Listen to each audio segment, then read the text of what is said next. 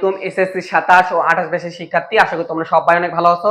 আজকে আমরা তোমাদের জ্যামিতি পার্ট থেকে উচ্চতর গণিতের 100% কমন টপিক গুলো বলে দেবো, যে এই টপিক থেকে বা এই সম্পাদ্য উপাদ্য থেকে তোমাদের কি আসবে বলে দেবো, পরীক্ষায় সৃজনশীল এমসিকিউ শর্ট কোশ্চেন গুলো আসবে 100% কমন বলে দেবো। জাস্ট যেই কয়টা বেসিক গুলো ক্লিয়ার করতে বলবো সেই কয়টা ক্লিয়ার করবা, যে কোনো ধরনের তুমি সৃজনশীল এমসিকিউ সংক্ষিপ্ত প্রশ্ন কিন্তু পরীক্ষায় অ্যান্সার করতে পারবা। তো দেখো আমাদের শুরু করি। তো আমাদের এই অধ্যায়ে তোমাদের তৃতীয় অধ্যায় উচ্চতর গণিতের, এটা জাস্ট তোমরা যারা 9 10 অর্থাৎ 9 ক্লাস 8 যারা তোমরা আমাদের কি আসলো বলতো, পিথাগোরাসের উপপাদ্য আসলো, এই কনসেপ্ট যাদের ক্লিয়ার আছে তাদের কাছে এই অধ্যায় মোটামুটি সহজ মনে হবে। তো দেখো আমাদের এর সম্পর্কে আলোচনা করা আছে, তো আমরা এরপরের পেজে চলে যাই। তো এখন দেখো আমাদের আমরা উপর দিকে যাই। তো আমাদের শুরুতেই পিথাগোরাসের উপপাদ্য সম্পর্কিত যে আলোচনা দেওয়া আছে, এই আলোচনার মধ্যে থেকে 100% শিওর থাকো একটা এমসিকিউ আসবে। ধরো 1 মার্ক তুমি শিওর কমন পালা, যে এই পিথাগোরাসের যে হিস্টোরি গুলো দেওয়া আছে এই হিস্টোরি গুলো তুমি ক্লিয়ার করবা, তাহলে তুমি কিন্তু একটা এমসিকিউ 100% শিওর থাকো যে কমন পাবা। এরপরে দেখো আমাদের কি আছে বলতো, এখানে তার বিস্তারিত বর্ণনা দিছে, ব্যাখ্যা বিশ্লেষণ ভাবে পড়ে নিবা। এখন আসো কিছু কিছু টপিক আছে, এই টপিক গুলো ক্লিয়ার না করলে তুমি কিন্তু সম্পাদ্য উপাদ্য যেটাই বলো বা এমসিকিউ শর্ট কোশ্চেন পারবা না। এটা একটু আলাদা আছে সাধারণ গণিত থেকে, যে বিন্দুর লম্ব অভিক্ষেপ এটা বুঝতে হবে, রেখাংশের লম্ব অভিক্ষেপ এটা বুঝতে হবে জ্যামিতির থেকে। এই জিনিসগুলো কিন্তু আমরা বেসিক টু অ্যাডভান্স পড়াই দিছি, তুমি এই দুটো ক্লিয়ার করবা, তাহলে তোমার জন্য ইজি হয়ে যাবে ম্যাথ গুলো। এরপর আসো আমাদের কি আছে বলতো, এই যে কতিপয় উপপাদ্য 3, এই উপপাদ্য 3 অথবা উপপাদ্য 4, এই দুটা আমাদের স্কুল পরীক্ষায় আসতে পারে। যারা 9 এ আছো তাদের জন্য কিন্তু খুবই গুরুত্বপূর্ণ একটা উপপাদ্য, এখানে হুবহু প্রশ্ন হবে। এবার আসো উপপাদ্য 5, যাদের পি টেস্ট পরীক্ষা অর্থাৎ এসএসসি 28 ব্যাচ যারা আছো তোমাদের জন্য একদম হাই ভোল্টেজ সাজেশন, সেটা হচ্ছে আমাদের কি, এই যে উপপাদ্য আমাদের কত আছে বলতো 5। এই যে উপপাদ্য 5 এর আমাদের যেই উপপাদ্যটা আকান আছে, এটা কিন্তু আমাদের এই টপিক থেকে কিন্তু এই চিত্র আলা আমাদের কিন্তু একটা পরীক্ষা সৃজনশীল হতে পারে, এটা তুমি ক্লিয়ার করবা, ঠিক আছে এসএসসি 28 ব্যাচে যারা আছো। এরপর আসো আমাদের কি আছে অনুশীলনীতে আমরা মোটামুটি 3.1 চলে যাচ্ছি। তো 3.1 থেকে আমরা অনুশীলনী পড়ি। শর্ট কোশ্চেনের জন্য জাস্ট সিম্পলি কিছু কিছু ছোট ছোট প্রমাণ আছে, এই দুটো ছোট্ট একটা প্রমাণ, এগুলো আমাদের কিন্তু শর্ট কোশ্চেন আসতে পারে, পড়াই নিবা, ঠিক আছে। 7 নাম্বারটা খুবই গুরুত্বপূর্ণ, এই 7 নাম্বার থেকে কিন্তু উদ্দীপক দিয়ে সৃজনশীল হতে পারে, দেখে নিবা।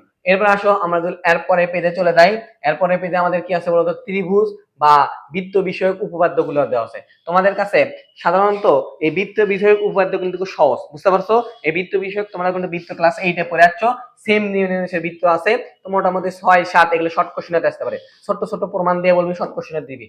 কিন্তু আমাদের বাবা এই যে 9 নাম্বার দিয়ে আছে, অর্থাৎ 9 নাম্বার 10 নাম্বার, এই যে 10 নাম্বার থেকে এই তিনটা টপিক অর্থাৎ ত্রিভুজের পরিকেন্দ্র, ভরকেন্দ্র, লম্বকেন্দ্র, এখান থেকে 100% শিওর থাকো বাংলাদেশের প্রতিটা স্কুলে অর্থাৎ বাংলাদেশের 80% স্কুলে যারা এসএসসি 28 ব্যাচের আসো তোমাদের কিন্তু কি করবে বলতো, অর্ধবার্ষিক পরীক্ষার প্রশ্ন হবে এখান থেকে, অথবা যাদের 27 ব্যাচ পি টেস্ট পরীক্ষা আছে এই তিনটা টপিক কিন্তু ক্লিয়ার করবা। ত্রিভুজের পরিকেন্দ্র, ভরকেন্দ্র এবং লম্ববিন্দু সমরেখ, এই তিনটা কনসেপ্ট গুলো তোমার ক্লিয়ার থাকে, যে কোনো ধরনের বৃত্ত সংক্রান্ত সৃজনশীল কিন্তু করতে পারবা। তো এইখান থেকে এই তিনটা টপিক ক্লিয়ার করবা, ঠিক আছে। আচ্ছা এরপর আমরা কি আসি উপপাদ্য 11। উপপাদ্য 11টা তোমরা দেখতে পারো, উপপাদ্য 11 আমাদের গুরুত্বপূর্ণ একটা কনসেপ্ট দিয়ে দেখছে, তো উপপাদ্য 11 দেখবা। এরপর আসে আমাদের কি আছে বলতো, উপপাদ্য 12 তেমন এটা দরকার নাই। আচ্ছা এরপর আসো দেখো এখানে অনুশীলনী একটা সৃজনশীল দেওয়া আছে, উদাহরণের মধ্যে এটাও দেখতে পারো, এখানে করাই দেওয়া আছে, কনসেপ্ট গুলো ক্লিয়ার করবা। 3.2 এর থেকে খুবই গুরুত্বপূর্ণ, অনেকবার পরীক্ষা থাকছে, সেটা হচ্ছে আমাদের এই যে 4 নাম্বার ম্যাথ। 4 নাম্বার ম্যাথটা খুবই গুরুত্বপূর্ণ, মোটামুটি এই যে 6 নাম্বার ম্যাথটাও 4 আর 6 এর শর্ট কোশ্চেনের জন্য খুবই গুরুত্বপূর্ণ, অথবা উদ্দীপকের দিয়ে সৃজনশীল দিতে পারে, এটা ক্লিয়ার করবা, ঠিক আছে।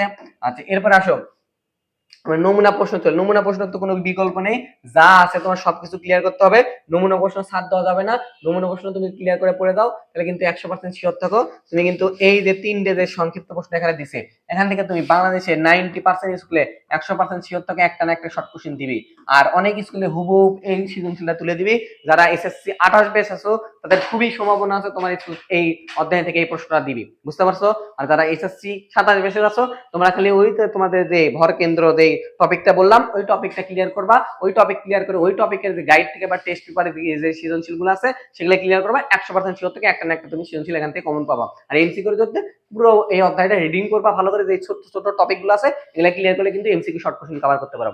অর্থাৎ তোমাদের যে জ্যামিতি যে অধ্যায়টা আছে এই অধ্যায় একদম টোটালি ইজি, জাস্ট তিনটা চারটা টপিক আছে, এই তিনটা চারটা টপিক যদি তোমার বেসিক ক্লিয়ার থাকে তাহলে কিন্তু 100% শিওর থাকো তুমি যে কোনো ধরনের সৃজনশীল এমসিকিউ শর্ট কোশ্চেন কভার করতে পারো। তো তোমরা যদি আমাদের বেসিক টু প্রো ব্যাচে অনলাইনে অথবা অফলাইন ব্যাচে ভর্তি হতে চাও, ডিসক্রিপশনে দেওয়া নাম্বারে যোগাযোগ করবা। আমাদের বগুড়াতে অফলাইন ব্যাচ হয়, আর সাংলা বাংলাদেশ 6 থেকে 10 আমার বেসিক টু অনলাইন ব্যাচ আছে, এখানে ভর্তি হতে পারবা। আসসালামু আলাইকুম।